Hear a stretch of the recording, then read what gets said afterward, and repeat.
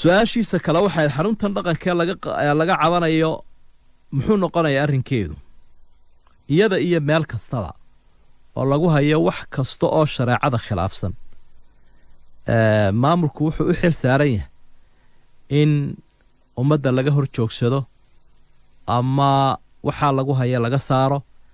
ama hadafka baydhsan ee dadkaasi ay ku hayaan meesha in laga badbaadiyo waayo dadka mas-uuliyiinta ahi waxay u xil saaran yihiin ay u dhaarteen in dadka ay u ilaalinayaan diintooda iyo dalkooda iyo ammaanooyinkooda oo dhan marka haddii cabasha timaado waa in daraasad la sameeya la isdultaagaa oo la yidhaahdaa waxan maxaa ka xun haddii ay caddaato waxaa ka xuna la sheegayaa waa in waxaa meesha laga saaraa oo innagu dhaqankeennu waa dhaqan islaamiya oo nasiiho hufan dhaqamo shisheeye in la soo waarido oo la yidhaahdo ama waxbaa laga raadinaya ama waa lagu ilbaxayaa waa arrin aad u qalada marka had iyo jeer markuu mujtamacu wax diida bulshadu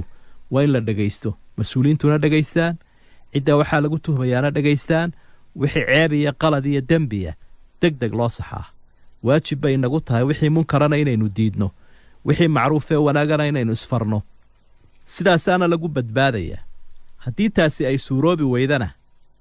dee daadka ka yimaada iyo dabka ka bilaabma wuu ina wada gaadhi karaa wallahu aclam